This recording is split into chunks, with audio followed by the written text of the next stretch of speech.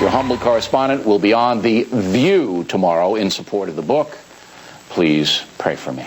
Yeah, sure, yeah. Well, the election is less than 2 weeks away, and right now we are getting the full no-spin zone from the man with the highest rated cable news show on television, which he just signed on for 4 more years to host. Please welcome, as we pray for Bill O'Reilly.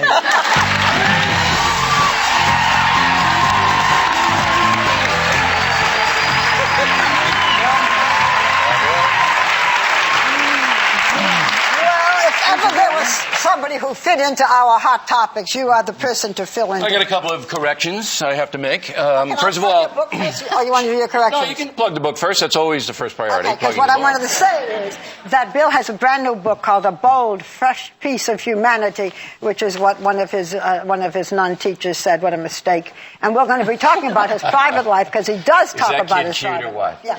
But we're going to do that. We're going to do that later. Now we're going to stick to politics. First of all, I hope Whoopi Goldberg feels better. Whoopi, I know you're watching, and I'm sorry you're not here. Second of all, Sarah Palin, $150,000. Is that what she spent on the clothes and all that? And makeup. And makeup. Yeah, but she's doing exactly what Barack Obama told her, spreading the wealth around. You know, come on. She's adopting a Democratic platform to spread that wealth. I don't think it was the same thing. But where did that money go? Michelle Obama came on our show, and she had a $150 dress on. You can really look gorgeous without spending all that money. I know that. I do it every day.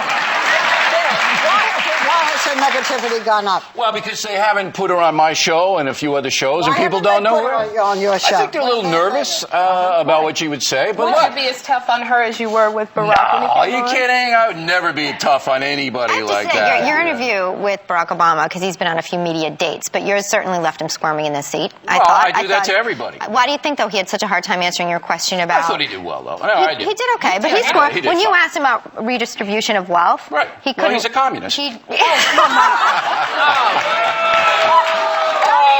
up. This is The View. This isn't 60 Minutes. Yeah, what's wrong with you? Name calling today. Oh, Joy. Come on, you know what a red flag that is. Commie in this country. Did I offend? Did I offend you? No, it's just ridiculous. All right, no, let me take that back. He's a socialist. He's not a communist. All right, I want to talk to you about... Okay, fine. So in your book, you say that you can never count on the government for anything. Yeah. And yet we have had, under the Republican Bush administration, the biggest bailout for banks and investment banking. Outrageous. What do you say to that? I say you can't trust the government for anything. Do you think that whole thing, trying to help the economy now, is the wrong thing to have done? No, you have to do it because they screwed it up so badly. Isn't that socialism, Bill? Yeah, that's socialism. Communism. Sometimes really socialism is good. Sometimes communism is You good. heard it here. Absolutely. Absolutely. Okay, here's the point Look, today. I got a little bust of Lenin in my office. Sometimes socialism is Do you good. want the same government that kind of messed things up? This lady gets it right here. Do you want that same government who's been, pretty much screwing things up for a while in terms of having power? Do you want them controlling your money? You're a partisan. Absolutely. I'm not a partisan. Look, my job is to keep an eye on all of these people, all right? And they're all in the theater of the absurd to some extent. You take it way too seriously, Joy. No, I don't. Your name is Joy. You should be joyful. You know what? I saw you with McCain. Here's Joy with McCain. That is not true. Oh, come on, I saw the show. You wouldn't even look at him. You were talking to the floor. Hi, John. How are you? What's the matter with you guys? You have made your success. But I watched them all. I watched them all. Critical. Can I go on about you instead of your picking on us? Are you going to say nice things about me? Not necessarily. We have can't been do for 2 that. segments. We'll never get another word in edgewise. Go ahead, Sherry. Barack Obama. I want to read this quote. Barack. I like you, by the way. Oh, well. I don't get all emotional. Kiss of death. Very good. Believe me, she's not on your side, Bill. I don't have a side. Yes, you do. What's wrong with You're you? on Fox TV, you have a I'm side. on Fox. Yeah. Let me ask you something. Did you ever watch the Keith Olbermann She's show? grabbing me. Keith Olbermann hates you. Yeah, well, everyone Why? hates me. Why does he hate you? You do. I don't He hate does. You. I dislike you. They're I don't all hate jealous. you. They're all jealous. jealous. They're all jealous. Now, what was your question? Barack, this is so exciting for me this political season. Woo! Barack says, I am convinced that if there were no Fox News, I might be 2 or 3 points higher in the polls because the way I am portrayed 24/7 is as a freak. I am the latte-sipping, New York Times reading, Volvo driving, no gun owning, FFA politically correct, arrogant liberal. Who wants somebody like that? Now, how do you feel about that quote? I think it's accurate. But you take no side. You take no side. Look, I don't take sides. If you watch my interviews with everybody, they all get through the mill because these people want power over us. They want to dictate over us. They influence you and your family. So my job is to shake them if I can. Okay, Barack Obama comes in. He was treated fairly on my program, was he not? He was. Then I why think you were won't Sarah fair. Palin come on your I program? don't know. I want her to come in. I have outfits she can wear. I want her to come in. If the governor is watching, come on in. I'm warm and cuddly. Look at the book. Look at the picture on the book. That's the real me. I want to show something, a little something from your show, because you are always so moderate and even going, and you never raise your voice. You got into it with Congressman Barney Frank about Fannie Mae and Freddie Mac fiasco. Okay.